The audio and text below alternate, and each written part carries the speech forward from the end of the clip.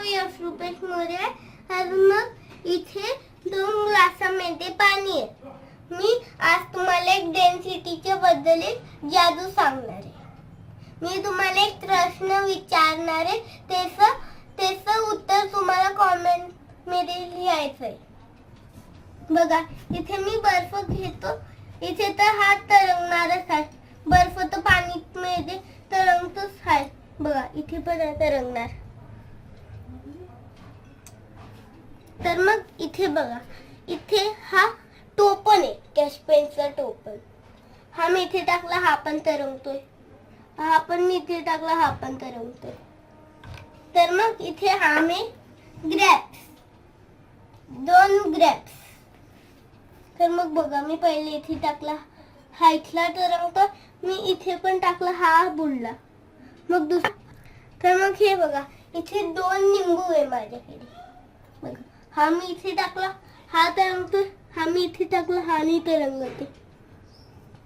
तर मग मी तुम्हाला हा एक्सचेंज करून दाखवतो.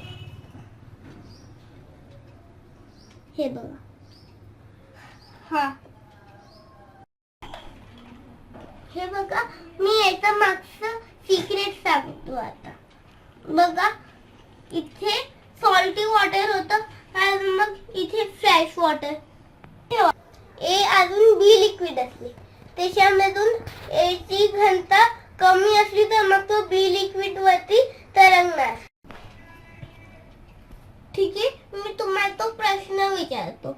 याच्यात सांगा की याच्यात इथे तरंगत का बर होता तो, सांगा.